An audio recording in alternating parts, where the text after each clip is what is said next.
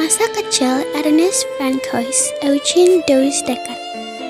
Dr. Ernest Francois Eugene Douce Descartes atau yang umumnya dikenal dengan nama Douce Descartes atau Danu Dirja Setiabudi adalah seorang pejuang kemerdekaan dan pahlawan nasional Indonesia. Ia adalah salah seorang peletak dasar nasionalisme Indonesia di awal abad ke-20. Penulis yang kritis terhadap kebijakan pemerintah penjajahan Hindia Belanda, wartawan, aktivis politik, serta penggagas nama Nusantara sebagai nama untuk Hindia Belanda yang merdeka. Douce Descartes terlahir di Pasuruan pada tanggal 8 Oktober 1879. Ayahnya, August Henry Edward Douce Descartes adalah seorang agen di bank kelas kakap Netherlands Indies as Comtobank. August memiliki darah Belanda dari ayahnya, Jan, adik Edward Douce Descartes alias Multatuli, dan ibunya Louise Bousquet. Douce Descartes menikah dengan Clara Charlotte Tage, anak campuran Jerman Belanda, pada tahun 1903. Perkawinan ini kandas pada tahun 1919 dan keduanya bercerai. Kemudian, Douce Descartes menikah lagi dengan Johanna Petronella Mossel, seorang Indonesia keturunan Yahudi pada tahun 1927. Sekolah Ernest Douce Descartes di masa muda. Keluarga Ernest kemudian pindah ke Surabaya pada tahun 1892. Untuk pendidikan dasar, Ernest belajar di Hogereborger School, HBS, Surabaya. Kemudian ia pindah ke Gymnasium Koning William III School, sekolah elit setingkat HBS di Batavia, daerah Gambir, Jakarta Pusat. Pada umur 14 tahun, Ernest berhasil menulis Jadenboek van Lombok, sebuah buku yang membahas ekspedisi militer Belanda untuk meredakan keributan di Lombok. Ibunya memuji bakat menulis Ernest, jadi bisa disimpulkan bahwa Ernest cukup terdidik dan pandai menulis. Bekerja di perkebunan. Setelah lulus sekolah, Douce Descartes tidak langsung meneruskan pendidikan lebih tinggi karena keterbatasan biaya. Ia kemudian bekerja sebagai pengawas perkebunan atau teacher di perkebunan kopi Sumber Duren di Malang, Jawa Timur. Di sana, ia menyaksikan perlakuan semena-mena dan eksploitasi yang dialami para pekerja kebun, dan seringkali membela mereka dengan membuat sistem kerja sendiri. Tindakannya itu membuat ia kurang disukai rekan-rekan kerja, namun disukai pegawai-pegawai bawahannya. Ia pun sering ditegur oleh atasannya, yaitu RWJC, akibat ia harus konflik dengan manajernya, hingga dipindahkan ke perkebunan tebu Pajarakan di Keraksaan. Lagi-lagi di perusahaan yang baru ini, Ernest terlibat konflik dengan manajemennya karena urusan pembagian irigasi untuk tebu perkebunan dan padi petani. Irigasi yang harusnya dialirkan ke sawah rakyat malah dialihkan ke perkebunan tebu, sehingga sawah menjadi kering. Setelah itu, Ernest menjadi pengangguran karena tidak mempunyai pekerjaan. Mengikuti perang Boer sebagai sukarelawan. Pasca kematian ibunya, Douce Descartes yang saat itu sedang menganggur memutuskan untuk menjadi relawan di Perang Boer II pada tahun 1899 hingga 1902 bersama dua saudaranya, yaitu Guido dan Julius. Perang Boer II ini sebenarnya adalah perang antara penduduk Kekaisaran Britania melawan penduduk Boer yang berbahasa Belanda di dua negara mereka, yaitu Republik Transvaal dan Negara Bebas Oranje. Perang ini dipicu dengan penemuan berlian dan emas di daerah Boer, Afrika Selatan. Ernest dan saudara-saudaranya kemudian menjadi tentara dan dianugerahi kewarganegaraan Republik Transvaal, namun kehilangan kewarganegaraan Belanda mereka. Para pejuang Boer ini sebenarnya kurang berpengalaman dalam perang. Mereka seperti tentara yang cuma dibekali seragam dan senjata saja sehingga banyak relawan yang kabur. Walau begitu, Ernest tetap pantang menyerah. Bahkan pimpinan perang Jenderal de la Rey menganugerahi penghormatan dan bintang jasa untuk Ernest. Ernest diberi gelar The Boer Fighting Man, The Brave Karel. Perjuangan Ernest di perang ini harus berhenti ketika ia ditangkap dan dipenjara di Camp Crelion, Sri Lanka. Karena wabah penyakit, Ernest dan tawanan lainnya dipindahkan ke Ragama. Selama ditahan, Ernest banyak membaca buku dan menulis tentang pengalaman ketika berperang di Afrika Selatan. Ia pernah membuat puisi dan ilustrasi pengalamannya, lalu mengirimkan ke Ratu Belanda, Wilhelmina, sebagai hadiah ulang tahun. Selama masa tahanannya, Ernest sempat menderita radang paru-paru sehingga ia dirawat di rumah sakit Jaffna. Kemudian Ernest dipulangkan ke Hindia Belanda pada tahun 1902 setelah sembuh dari penyakitnya. Aktif sebagai wartawan. Pengalaman Ernest di Amerika Selatan memberikan ilham untuk memperjuangkan kemerdekaan Indonesia melalui politik. Mungkin Ernest terinspirasi melihat penduduk Transvaal yang merupakan petani yang berjuang untuk mencapai kemerdekaan. Sesampainya di Hindia Belanda, Ernest bekerja sebagai agen pengiriman untuk Koninklijke Paketvaart Maatschappij atau KPM, yaitu sebuah perusahaan pelayaran yang bergerak di bidang logistik. Indus Partos dan 3 serangkai. Bersama Dr. Cipto Mangunkusumo dan Suwardi Suryaningrat alias Ki Hajar Dewantara, Deuys Dekker kemudian membentuk partai politik pertama di Indonesia, Indus Partos atau Partai Hindia pada 25 Desember 1913. Partai Hindia merupakan sebuah organisasi yang mengedepankan kerjasama orang Indo dan Bumi Putra. Tentu saja Belanda tidak menyukai keberadaan organisasi yang membangkitkan rasa nasionalisme ini.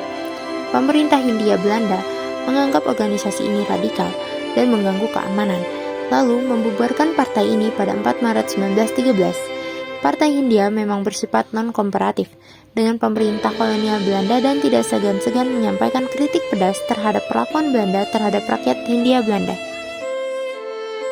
Pengasingan ke Eropa.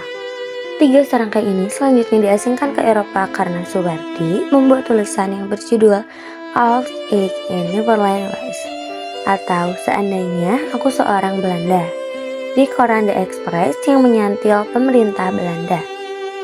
Isi tulisannya mengenai jika ia adalah orang Belanda, ia akan malu berpesta dan mengungut pajak dari bangsa yang dijajah untuk merayakan kemerdekaannya. Ernest dan Dr. Cipto ikut diasingkan karena mereka jelas-jelas mendukung Suwardi. Dengan pengasingan tersebut, Ernest justru memanfaatkan kesempatan tersebut untuk belajar di Universitas Zurich, Swiss. Ia berhasil menyelesaikan program doktor di bidang ekonomi. Selanjutnya, ia sempat ikut sebuah kelompok revolusioner India sehingga ia ditahan di Singapura pada 1918. Ia kemudian pulang ke Hindia Belanda pada tahun 1920 setelah dipenjara selama 2 tahun. Kembali ke Batavia dan peristiwa Polan Harjo, Ernest Deuys Dekker kembali aktif dalam dunia jurnalistik dan organisasi untuk melawan pemerintahan Belanda.